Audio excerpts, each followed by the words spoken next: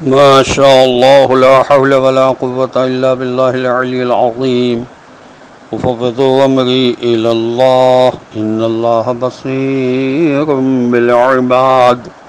السلام علیکم ورحمۃ اللہ وبرکاتہ. اللہ تبارک و تعالیٰ کا شکر ہے کہ اس نے مجھے یہ توفیق عطا فرمائی کہ میں کراچی سے تاج العلماء مولانا محمد نقی نجفی علی اللہ مقامہ کا پوتا علی احمد آپ کی خدمت میں سورہ مبارکہ حج کے رکوع 6 کی آیات کے ساتھ حاضر خدمت ہوں. سورہ مبارکہ حج قرآن مجید کا 22 نمبر کا سورہ ہے. اس کے رکوع 6 میں 10 آیات ہیں جن کے نشانات ہیں 39 سے لے کے 49 تک. آیت نمبر 39 سے میں تلاوت کی ابتدا کر رہا ہوں. اعوذ باللہ من الشیطان اللعین الرجیم. بسم اللہ الرحمن الرحیم. أذن للذين يقتلون بأنهم ظلموا وإن الله على نصرهم لقدير. ترجمہ: جنگ کی اجازت دی گئی ہے ان لوگوں کو جن کے خلاف جنگ کی جا رہی ہے اس وجہ سے کہ ان پر حملہ ہوا ہے، اور اس میں کوئی شک ہی نہیں کہ خدا ان کی مدد پر پوری طرح قادر ہے. اس آیت کا شان نزول یہ ہے کہ جب مسلمان مکے میں تھے تو وہ سخت ظلم کا نشانہ بنائے جاتے تھے، اس لیے رنجیدہ ہو کر جناب رسول خدا صلی اللہ علیہ وسلم کی خدمت میں حاضر ہوتے تھے اور مظالم کی شکایت کرتے تھے اور جہاد کرنے کی اجازت مانگتے تھے. حضرت صلی اللہ علیہ وسلم فرماتے صبر کرو، ابھی مجھے جہاد کا حکم نہیں دیا گیا ہے. جب مسلمانوں نے مدینے کی طرف ہجرت کی تب یہ آیت اتری. آیت نمبر 40. للذین اخرجوا من دیارهم بغیر حق الا یقولوا ربنا اللہ ولولا دفع اللہ الناس بعضهم ببعض لهدمت صوامع وبیع وصلوات ومساجد یذکر فیہا اسم اللہ کثیرا وَلَيَنْصُرَنَّ اللَّهُ مَنْ يَنْصُرُهُ إِنَّ اللَّهَ لَقَوِيٌّ عَزِيزٌ. ترجمہ: یہ وہ لوگ ہیں جو اپنے گھروں سے ناحق نکال دی گئے صرف اس قصور پر کہ وہ کہتے تھے کہ ہمارا پالنے والا مالک اللہ ہے. اگر اللہ کچھ لوگوں کو دوسرے لوگوں کے ذریعے سے دفع نہ کرتا رہتا تو خانقاہیں، راہبوں کے ٹھکانے اور عیسائیوں کے گرجے، یہودیوں کی عبادت گاہیں اور مسلمانوں کی مسجدیں جن میں کثرت سے اللہ کا نام لیا جاتا ہے ضرور گرا کر مسمار کر ڈالی جاتی. غرض اللہ لازمی طور پر ضرور ان لوگوں کی مدد کرے گا جو اللہ کی مدد کریں گے، کیونکہ اللہ بڑا ہی طاقت والا، عذاب کرنے والا زبردست ہے. تفسیر جلالین میں لکھا ہے سوامعو، سومعہ کی جمع ہے. اس کے معنی ایسی عمارت کے ہیں جس کے اوپر کا سرا اجڑا ہوا ہو. یہ عیسائیوں کی عبادت گاہ کو کہتے ہیں کیونکہ عیسائی اپنی عبادت گاہوں کو اوپر سے بلند اور باریک گاودم بناتے ہیں، اس لیے اس کو سومعہ کہتے ہیں. آیت نمبر 41. الذین مکناہم فی الارض اقاموا الصلاۃ وآتوا الزکاۃ وامروا بالمعروف ونہوا عن المنکر وللہ عاقبۃ الامور. ترجمہ: یہ اللہ کی مدد کرنے والے وہ لوگ ہیں جنہیں اگر ہم زمین پر اقتدار عطا کر دیں تو وہ نمبر 1 نماز کو پابندی کے ساتھ قائم رکھیں گے، نمبر 2 زکوٰۃ ادا کریں گے، نمبر 3 اچھی نیک باتوں کی ترغیب اور ہدایت کریں گے، اور برے نمبر 4 گندے کاموں سے روکیں گے، اور یہ بھی جانتے ہوں گے کہ تمام باتوں کاموں کا انجام اللہ کے ہاتھ اختیار میں ہے. یعنی یہ فیصلہ کرنا بھی کہ زمین کا انتظام کن لوگوں کو کہاں کب اور کس وقت سونپا جائے، یہ تمام تر اللہ ہی کے ہاتھ اختیار ہیں.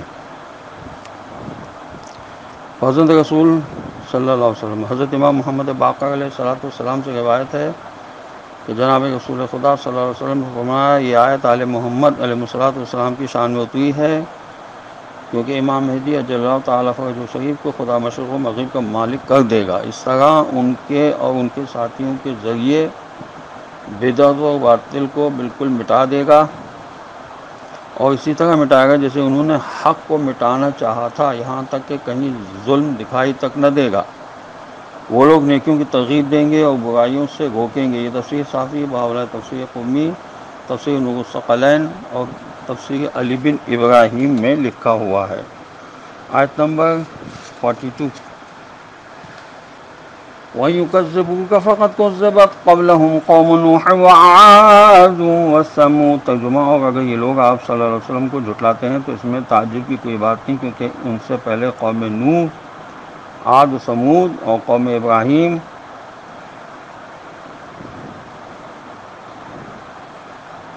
کی قوم اور قوم لوط نے بھی یہی کام کیا تھا۔ آیت نمبر 44۔ وَأَصْحَابُ مَدْيَنَ وَكُذِّبَ مُوسَىٰ فَأَمْلَيْتُ لِلْكَافِرِينَ ثُمَّ أَخَذْتُهُمْ فَكَيْفَ كَانَ نَكِيرِ۔ ترجمہ، اور مدین کے رہنے والے بھی تو اپنے نبی صلی اللہ علیہ وسلم کو جھٹلا چکے ہیں، اور موسیٰ علیہ السلام بھی جھٹلائے جا چکے ہیں۔ ان سب کے حق کے منکروں کو میں نے پہلے خوب مہلت دی اور پھر ان کو بری طرح پکڑ لیا، تو اب دیکھ لو کہ میری سزا کیسی سخت تھی۔ مفردات القرآن میں لکھا ہے کہ آیت میں لفظ نکیر سزا کا لفظ استعمال ہوا ہے۔ اس کے معنی صرف سزا کے نہیں ہیں، بلکہ ایسی سزا کے ہوتے ہیں جو سزا یافتہ کی حالت کو بالکل بدل کر رکھ دے، اس کا بالکل تیا پاچا کر دے، اس کا حلیہ تک بگاڑ دے، پھر کوئی اس کو دیکھے تو پہچان ہی نہ سکے کہ یہ وہی صاحب ہیں جو بڑے توپ بنے ہوئے تھے۔ آیت نمبر 45۔ فَكَأَيٍّ مِّن قَرْيَةٍ أَهْلَكْنَاهَا وَهِيَ ظَالِمَةٌ فَهِيَ خَاوِيَةٌ عَلَىٰ عُرُوشِهَا وَبِئْرٍ مُّعَطَّلَةٍ وَقَصْرٍ مَّشِيدٍ۔ ترجمہ، غرض کتنی کچھ بستیاں ہیں جنہیں ہم نے ہلاک و برباد کر ڈالا اس حالت میں کہ وہ لوگ ظالم تھے، اب وہ بستیاں اپنی چھتوں پر الٹی پڑی ہیں، اور کتنے ہی کنویں ہیں جو بیکار سوکھے پڑے ہیں، اور کتنے کچھ مضبوط قصر و محلات ہیں جو غیر آباد اجڑے ہوئے کھنڈر بنے پڑے ہیں۔ تفسیر مجموع البیان میں لکھا ہے کہ آیت میں خاص طور پر اس کنویں کا ذکر ہو رہا ہے جو حضر موت کے علاقے میں مشہور شہر حازورہ میں تھا۔ وہاں حضرت صالح علیہ السلام کی امت کے 4000 مومنین پہنچے۔ حضرت صالح علیہ السلام ان کے ساتھ تھے، مگر یہاں پہنچتے ہی حضرت صالح علیہ السلام کا انتقال ہو گیا، اسی لیے اس کنویں کا نام حضر موت پڑ گیا۔ یہی لوگ یہاں آباد ہو گئے اور بالآخر کنویں کی عبادت کرنے لگے، پھر کافر و مشرک ہو گئے۔ خدا نے ان کی ہدایت کے لیے ایک نبی بھیجا جس کا نام حنظلہ تھا، مگر انہوں نے اس نبی کو سر بازار قتل کر دیا۔ اس کی وجہ سے خدا نے ان پر عذاب کیا جس سے وہ سب مر گئے، اور وہ آباد کنواں ویران ہو گیا، اور ان کے بڑے بڑے محلات درس عبرت بن گئے۔ آیت نمبر 46۔ اَوَلَمْ يَسِيرُوا فِي الْأَرْضِ فَتَكُونَ لَهُمْ قُلُوبٌ يَعْقِلُونَ بِهَا وَآذَانٌ يَسْمَعُونَ بِهَا وَإِنَّهَا لَا تَعْمَى الْأَبْصَارُ وَلَٰكِن تَعْمَى الْقُلُوبُ الَّتِي فِي الصُّدُورِ۔ ترجمہ، کیا یہ لوگ زمین پر چلے پھرے نہیں ہیں کہ ان کے لیے بھی ایسے دل و دماغ ہو جاتے ہیں جن سے کہ وہ سمجھتے ہیں، یا ان کے دل سمجھنے والے اور ان کے کان سننے والے ہو جاتے ہیں؟ حقیقت یہ ہے کہ آنکھیں اندھی نہیں ہوا کرتی، مگر وہ دل ہیں جو سینوں میں ہوتے ہیں وہ اندھے ہو جایا کرتے ہیں۔ تفسیر صافی میں لکھا ہے کہ حضرت امام زین العابدین علیہ السلام سے روایت ہے کہ جناب رسول خدا صلی اللہ علیہ وسلم نے فرمایا کہ بندے کی آنکھیں 4 ہوتی ہیں، 2 ظاہری آنکھوں سے وہ اپنی دنیا اور دین کے معاملات کو دیکھتا ہے، اور 2 عقل کی آنکھوں سے وہ اپنے آخرت کے معاملات کو دیکھتا اور سمجھتا ہے۔ پس خدا جب کسی بندے کی بھلائی کا ارادہ کرتا ہے تو اس کے دل کی دونوں آنکھوں کو کھول دیا کرتا ہے، جن کے ذریعے وہ غیب اور اپنی آخرت کو دیکھ لیتا ہے۔ لیکن جب وہ بڑے کام کیے ہی چلا جاتا ہے، برے کام کیے ہی چلا جاتا ہے، تب خدا اس کے خلاف ارادہ فرماتا ہے، تو پھر خدا اس کے دل کو جس حال میں کہ وہ ہے اسی حال میں چھوڑ دیتا ہے۔ آیت نمبر 47۔ وَيَسْتَعْجِلُونَكَ بِالْعَذَابِ وَلَن يُخْلِفَ اللَّهُ وَعْدَهُ وَإِنَّ يَوْمًا عِندَ رَبِّكَ كَأَلْفِ سَنَةٍ مِّمَّا تَعُدُّونَ ترجمہ کہ وہی دل کے اندھے آپ صلی اللہ علیہ وسلم سے عذاب خدا کی جلدی مچاتے ہیں، مگر اللہ ہرگز اپنے مہلت فکر و عمل دینے کے وعدے کے خلاف کچھ نہیں کرے گا، کیونکہ تمہارے پالنے والے مالک کے ہاں ایک دن تمہاری گنتی کے 1000 برس کے برابر ہوا کرتا ہے۔ تفسیر انوار النجم میں لکھا ہے کہ قیامت کے 50 موقف ہوں گے اور ہر موقف 1000 سال کا ہوگا، جس میں لوگوں سے ان کے اعمال کا حساب کتاب لیا جائے گا۔ خدا کے ایک دن کا عذاب دنیا کے 1000 سال کے برابر ہوگا، اسی طرح جنتوں کا ایک دن دنیا کے 1000 سال کے برابر ہوگا۔ آیت نمبر 48۔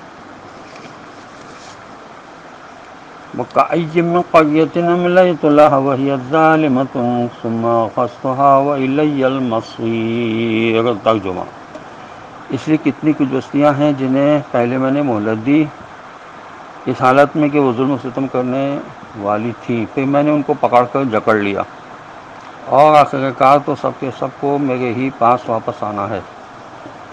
تفسیر نمونہ میں لکھا ہے کہ محققین نے نتیجے نکالے۔ نمبر 1، اللہ کی طرف سے آنے والا عذاب حق دشمنوں اور ظالموں کی گھات میں ہے، جو جلد یا دیر سے ان کو آ لے گا۔ نمبر 2، یہ مہلت جو ان کو دی جا رہی ہے صرف بیداری شعور اصلاح عمل کے لیے۔ نمبر 3، پھر جب خدا کا عذاب ان پر نازل ہو جائے گا تو پھر توبہ و معافی کے دروازے بند ہو جائیں گے، پھر نہ مہلت ملے گی نہ نجات۔ نمبر 4، خدا کے لیے کسی کام کو پورا کرنے کے لیے نہ تو کسی تیاری کی ضرورت ہے اور نہ وقت کی احتیاج ہے، جبکہ تمہیں کسی کام کو مکمل کرنے کے لیے کافی وقت درکار ہوتا ہے، اس میں 1000 سال کا عرصہ بھی لگ سکتا ہے۔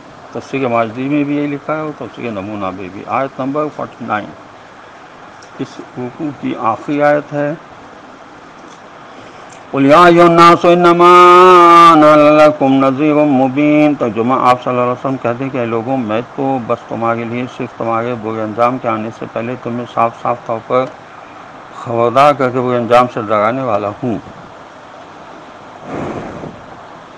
مطلب یہ ہے کہ میں تمہاری قسمتوں کا مالک نہیں ہوں، تمہاری قسمتوں کا مالک خدا ہے، میں صرف خبردار کرنے والا ہوں۔ میرا کام صرف یہ ہے کہ شامت آنے سے پہلے تمہیں بتا دوں کہ تمہارے برے کام کا انجام برا ہو گئے۔ تفہیم القرآن میں علامہ مودودی صاحب نے لکھا ہے، اور وہ مزید لکھتے ہیں کہ مغفرت کا مطلب ہے کہ خدا کے معاف کرنے سے مراد خداوند عالم کا ہماری لغزشوں، غلطیوں اور کمزوریوں اور گناہوں سے چشم پوشی فرمانا ہے، اور اس سے قیم یعنی عزت کی روزی دینے سے مراد وہ بہترین روزی دینا بھی ہے، اور وہ بھی پوری عزت و احترام کے ساتھ بٹھا کر۔ خداوند عالم کی بارگاہ میں دعا ہے کہ پروردگار ہمیں قرآن پڑھنے، سمجھنے اور اس پر عمل کرنے کی توفیق نصیب ہو، اور وارث قرآن حضرت امام زمانہ عجل اللہ تعالی فرض شریف کا جلد ظہور ہو۔ خدا ہمیں ان کے آوان و انصار میں شامل ہونے کی توفیق عطا فرما دے۔ وآخر دعوانا ان الحمد للہ رب العالمین۔ والسلام علیکم ورحمۃ اللہ وبرکاتہ، وصلی اللہ علی محمد وعلی آلہ الطیبین الطاہرین المعصومین المظلومین۔